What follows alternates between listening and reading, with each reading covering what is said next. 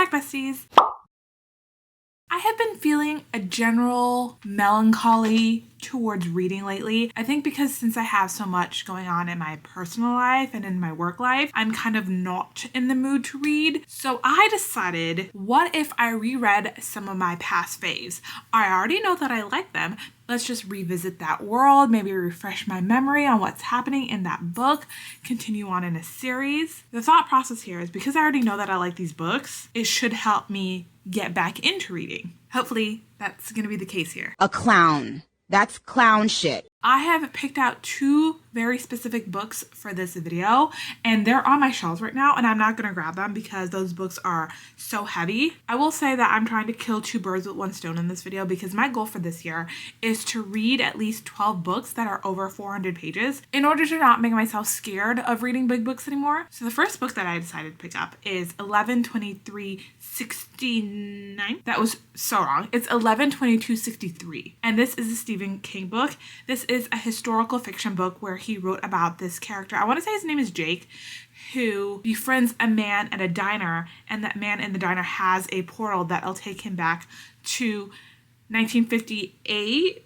or sometimes in the 50s. I'm just like wildly guessing here because I haven't read this book in a while. And the reason for time traveling is that they would like to stop the Kennedy assassination.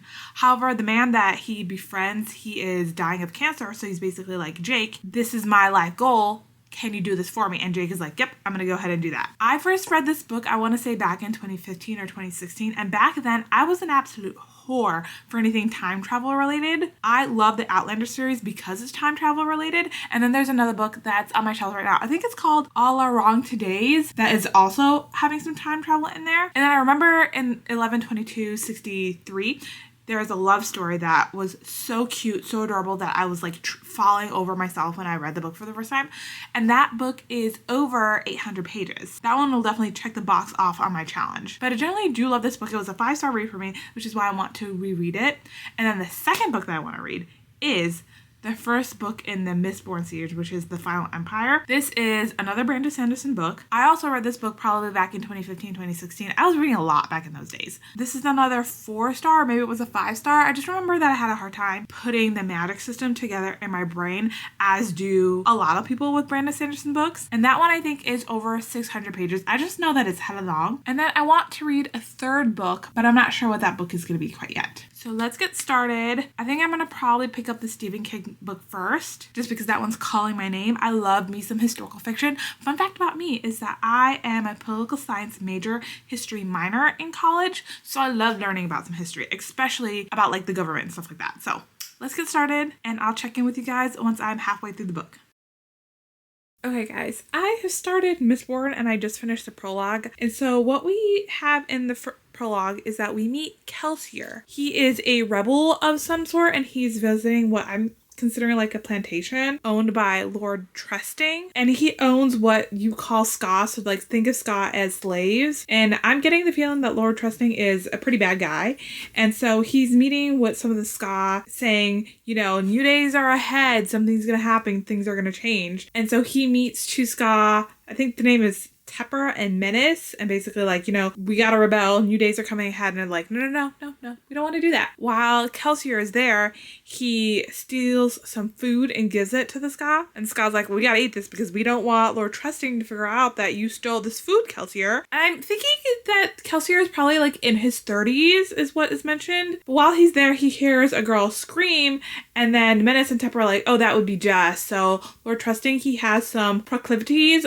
amongst the Ska, so he'll take a woman and have some nighttime activities, and then he'll kill the girl so that they don't have like their babies. And also what I'm understanding is he briefly mentioned allomantic powers. So Kelsier's like, oh, I burned tin that I swallowed earlier. So it's like he ate some kind of metal and it's giving him some kind of power. And so the next day, the Ska wakes up and they're like, oh, Jess is there. They were like, oh my God, I thought she was gonna die because Lord Trusting usually kills his people that he takes to bed. And Jess is like, no, look at the building, look at the Lord Trusting's building, and it's burnt to the ground. They're like, did Kelsier do this? And they're like, yeah, he did that. he went out there and he killed all these people. And the Sky are like, oh no, what are we gonna do? Like, we gotta get out of here before the Lord Ruler. So they keep mentioning the Lord Ruler, which I'm thinking of Lord Ruler in my head as like he's Voldemort. They're like, we gotta go. We don't want to get in trouble. But they're like, oh no, I think we have to rise up and rebel because now we have this land. And then a different lord's name called Lord Bernook was brought up into the mix. I'm not remembering now, but I feel like that name is gonna come back around later in the book. So that is where we are at with the first chapter. It's not even a chapter, it's the prologue. So we're going to continue on and read the rest. Okay, guys, I am halfway through The Final Empire, and I gotta say, it's all starting to come back to me. I like what I've read so far, but again, with Brandon Sanderson, is that he tends to create these very confusing worlds. So we're following our main character, Kelsier, and he is what you would call a mistborn. So a mistborn is someone who's able to use 8 of the allomantic powers. So you either have one of the allomantic powers or you have all 8 of them. And the powers are, it's really nice that it's in the back of the book. Iron pulls on nearby metals. Steel pushes on nearby metals. Tin enhances senses. Pewter enhances physical abilities. Brass smooths emotions. Zinc riots emotions. Copper hides allomancy, and bronze reveals allomancy. So you have all these metals that you actually need to swallow in order to use its power. Kelsier's whole mission is to overthrow the Lord Ruler. So he's the big bad guy in this book, and he has a whole crew of like thieves or other people who are able to use the allomantic powers that he proposes a plan to overthrow the Lord Ruler. And so everyone's motivation to do this is that there's something in it for them. Like they'll either control part of the government, they'll get money, or they'll get the most prized metal, which is atium. And atium allows you to see into the future for a short period of time. And then we're following Vin, who is kind of a street urchin, and she falls into this low-level band of thieves, and she is a mistborn, but she doesn't know it when we're introduced to her in the book until Kelsier finds her and teaches her how to be a mistborn. But again, the world that Brandon Sanderson creates is very confusing, and I just had to kind of put that aside while I'm reading this book to really follow through. What this book is reminding me of is a higher fantasy version of Six of Crows. There's a lot of backstory going on here that I won't get into. While I'm reading this book, I'm taking very extensive notes. So if you want me to do a spoiler vlog on this book, I can do that. Many hours later. Okay guys, I have finished The Final Empire, and I think that this is still going to be a 4-star read.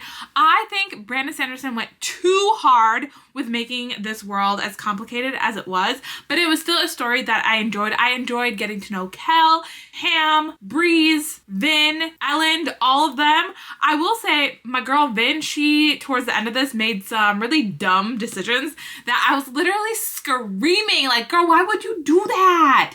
You know better. I stand by the fact that this book could have been 200 pages less and it would still tell the same story.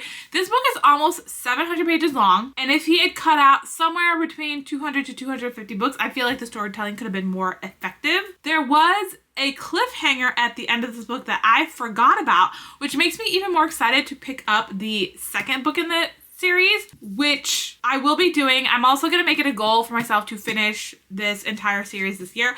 The books are quite lengthy. The other 2 books in the first trilogy of this are, I think, around the same, like 500 to 700 pages.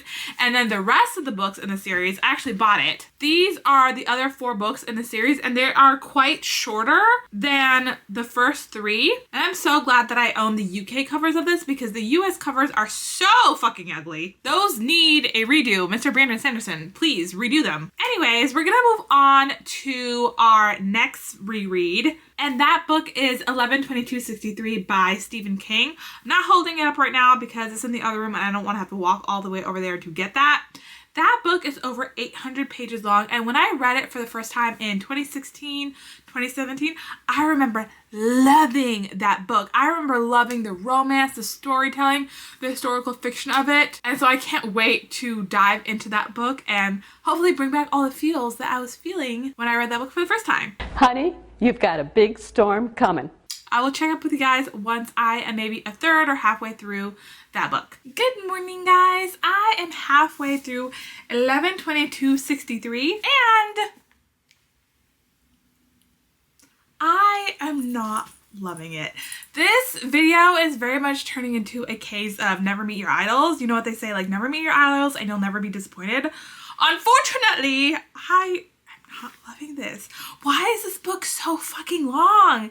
So long and for no fucking reason. I think Stephen King could at least cut out half of what he wrote in here. It feels like he decided to put his entire writer-a-see into this book and it's not paying off dividends. I remember loving this when I read it back in like 2015, 2016. I read it around that time. I remember just loving and eating this shit up. And I'm sitting here wanting to DNF it. Because it's so boring. It's so boring. Like we meet Jake. He is a high school English teacher. And then he has his friend, Al Templeton, I think that's his name. And Al works at this diner. And his diner is, in the pantry, is a portal to 1958. I just don't get Jake's motivations or Al's motivations because they're like, oh, we gotta stop the JFK assassination. But for what? For what? Like, it's like they've never seen any time travel movie. Hot Tub Time Machine, Avengers Endgame, Back to the Future. You cannot mess with the past because the past will fuck you up. I'm just not loving it, unfortunately. It's so boring. Jake in the beginning, he immediately believes Al that there is this portal to the past because he steps through the past and Al's like, we gotta stop the JFK assassination. And Jake is like, if I do this, I just want proof that it will work. So he goes and saves one of his students who's had a horrific accident as a child. His dad ended up murdering his entire family and left him severely disabled. So Jake's like, I'm gonna go back in the past, save this student, come back into the present day, which is 2011, and see if that made any kind of difference. So it did make a difference, and that's what convinces him that, okay, I can go back to change the past. But the way that the time travel is working in this book is like, the portal always takes you to 1958. So when you come back to the present, no time has elapsed in the present except for 2 minutes. It's always 2 minutes ahead of time. So he saves his student's family, comes back, sees how things have changed for this person, and decides, okay, yeah, I'm gonna go and save JFK because apparently doing that will save a whole lot of people. Vietnam will never have happened. LBJ would never have been the president. He's like, this will save so many people's lives, and that's what convinces him. But the thing is, when you get back into the future and you want to go back to the past, it resets. So he has to go back and save his student all over again. And then he saves some random other lady. And because the JFK assassination didn't happen until 63, he has to wait 5 years in order to complete his task. But along the way, he gets a job as like an English teacher. He meets this woman named Sadie and they fall in love. So he's living this entire life in the past, just waiting around for the JFK assassination. It's just crazy to me that he's thinking, okay, yes, without zero evidence that saving JFK will impact so many people's lives, that I'm going to do this. But the thing is, with the past does not want to be changed. There's like crazy things are happening when he decides to change the past. Like he gets sick, he gets attacked, blah, blah, blah. He's stalking Lee Harvey Oswald, and every like momentous thing that happens, something happens in his life that prevents him from continuing to stalk Lee Harvey Oswald. If I remember correctly from the ending, this is not a happy ending. I'm finding it to be so boring. It's so boring. Unfortunately, at this point, I'm probably going to give this 3 stars. It's no longer a 5-star book for me. So this one is not holding up well. And if I'm being completely honest, this book is kind of putting me into a reading slump and I want a DNF, but I don't want a DNF. Like I feel like I really need to finish this. So I'm just going to continue to read for the rest of the day. I have like a little over 400 pages left. And I'm going to read and I'm going to try to knock this out. I'm going to listen to the audiobook while I work and knock it out and be done with this and just put it in the past. One eternity later. Hi guys, I am now done with 11/22/63 and unfortunately it's gonna be a 3 stars. It did pick up pace towards the last like 1/4 of the book, but at that point it was just too late for me. I think the first half of this book is kind of useless. I might have mentioned this in my previous update that Stephen King could have cut out half of this book and it would still tell the same story. I kind of came around to the romance because having that romance in here was very effective. And the ending, I still felt in the ending that I was just like loving the way it ended, how things were wrapping up. But unfortunately, because the first half of this was so boring, it's gonna have to be a 3 stars. I hate to say, but never reread your faves. Just don't do it. Don't do it. And then with The Final Empire, this one's still gonna be a 4-star read for me. Again, with the other thick ass book is that Brandon Sanderson, you could have cut out at least 200 pages and it would still tell the same story. I do want to continue on with the rest of the books in the series. I mean, I did buy the first 3 books in this, so I might as well. But the lesson learned from doing this experiment is maybe don't reread your faves that you had such a long time ago. Like if I decided to reread a fave that I had last year now, I think it would still be a fave of mine. But because I read these such a long time ago that my reading tastes have changed. And you know what? I think it's fine that my reading tastes have changed in the past 7 or 8 years, because if I haven't changed in that time, I'd be concerned for myself. Now that I have finished 11/22/63, I think I am in a bit of a reading slump.